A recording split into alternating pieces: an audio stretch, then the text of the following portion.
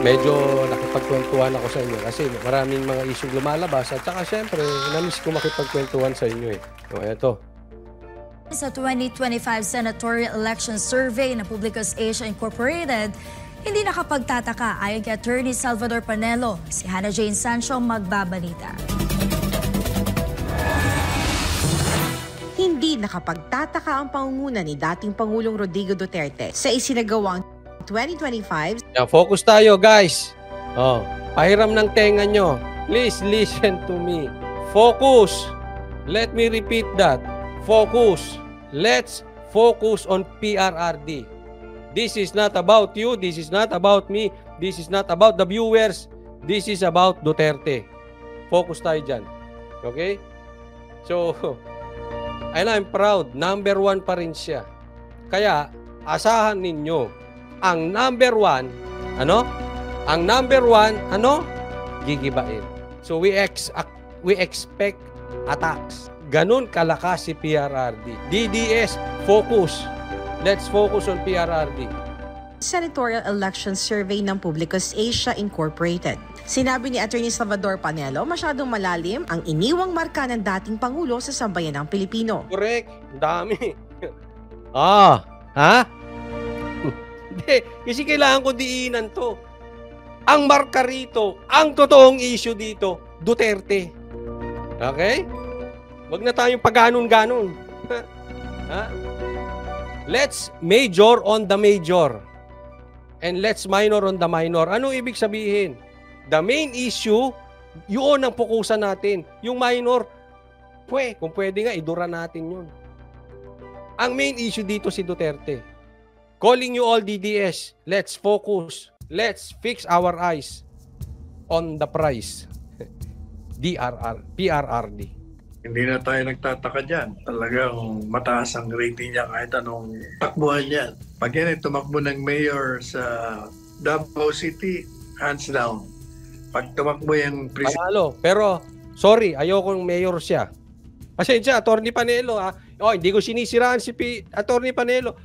Ano ko ito? Opinion ko lang. Ayoko si PRRD mayor. Presidente, Vice President sa 2028, panalo yan. Vice President 2028, pwede. Pero focus muna tayo 2025. Senatorial, number 1. Ay, ayokong senator. Ayoko. Sorry Concholi! Sabihin na naman ng mga yan. Hindi ka DDS. Ayaw mo si PRRD senador. Pinabababa mo siya. Gusto mo congressman. Hindi po. May dahilan ako. Kung hindi nyo napanood, panuorin nyo. May dahilan po tayo. Hindi ko binababa si PRRD. Hello? Mamaya meron na namang walang utak. Gamit utak please. Sige. Baka meron na namang ano kasi. Yeah, binababa mo presidente, gagawin mong congressman. Chuchu. May dahilan po. Can-explain ko na yon. Malalim masyado ang tinanim ng dating Presidente Duterte. Sa naturang survey ng Pahayag 2023 End of the Year, nakakuha si former President Rodrigo Duterte ng 48% sa voting predisposition. Eto milestone yan. Wala yung natapos na maging presidente, mataas pa rin ang rating. Yung ibang presidente, pagkatapos manalo, nakasa isang tabi na Hindi na nga nila sinisiraan Bakit? Wala na Alam mo, ang taong sinisiraan, malakas. Let me repeat that again. Ang taong sinisiraan, malakas. Ito sinisira nakita niyo ibang presidente, wala na nga silang pakialam. Ito hanggang ngayon, sinisira pa rin.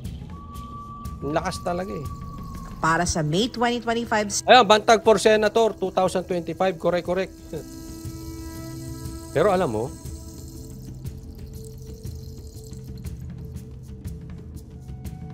parang may naisip akong iba rin. Kay bantag.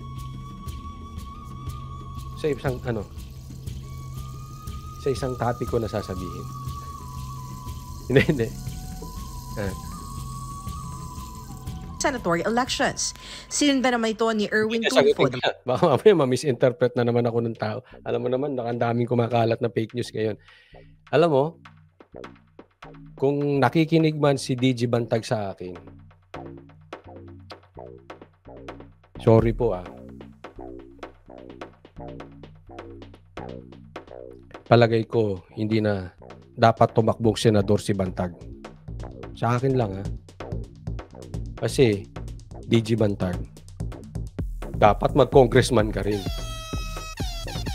Mas kailangan natin sa Congress, eh. Hindi ko man siya nakakausap, baka nakikinig ka rito, or kung magkakausap man kami sa interview ulit, i-convince ko siya hindi na senador, congressman. Andun ang problema natin, eh. Senador, eh, wala, andyan naman sila, eh. Diba? Kaya kung nakikinig ka, DJ Bantag, for Congress na lang, takbo ka dyan sa Baguio. Ako, kontakin natin siya. Maghalo. Buhay, sabi niya. Huwag lang kalimutan guys, bagong lipunan mahali kayo, maraming nabudol na OFW, and then balayin si Banat by nung solid Banateros DDS. Maraming salamat Buhay Canada 519. Maraming salamat po sa suporta nyo sa Banateros Brothers. Thank you Buhay Canada, no? Buhay Canada 519. Pero Pasko, magmahalan po tayo, ha? Okay lang yan, basta importante magkakasama tayo, ha? Alam natin yung purpose. Huwag na tayo mag-away-away. Diba, Buhay Canada? Yun lang naman ang sa akin, ha? Oo, ayan mo. I love you all. Even other vloggers, I love you all. Ha? Oo. Yun ang importante, eh. Hindi focus tayo. DDS here. Sabi nga dito, solid Banateros, DDS here, sabi ni Buhay Canada. Yes, focus tayo kay PRRD. Focus tayo sa DDS, hindi yung sasiraan left and right. Thank you, Buhay Canada 519. May 44%.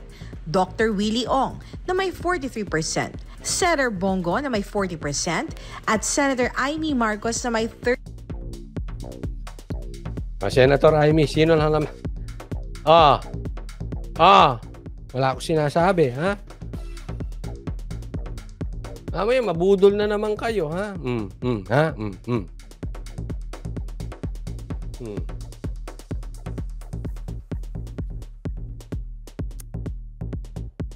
Sabi dito, parehas tayo opinion about DG Bantag for running in Congress, coach, as well. Oh, yan, no? Congressman na lang. Si ano din, sana tumakbo. Si Tebes. Hindi na po, pasensya na po, nagbago isip ko, ha? Hindi ko na po susuportahan si DG Bantag for senator at si Tebes. Congressman. Mas kailangan natin doon, eh. Sa Congress.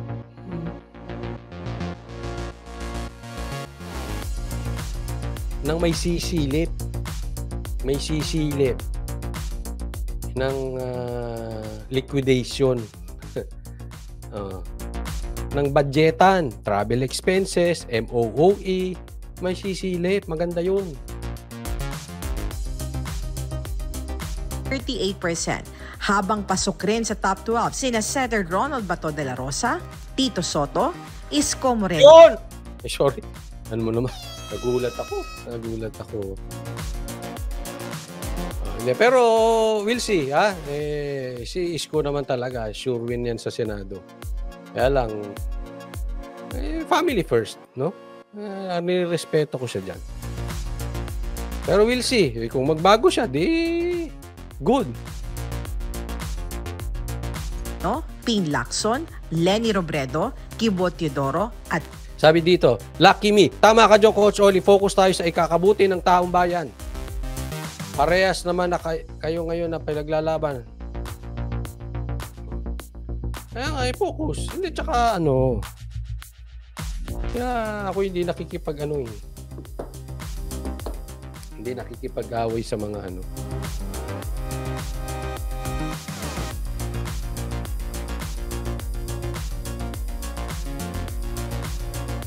Pura Concepcion. Coach Oli, basta ito masasabi ko ang bumangga. Giba sa mag-amang Duterte. I agree with you. I completely agree. Ha? Kaya lang, ingat lang. Ha? Huwag tayong magpapahati. Ha? Let's focus.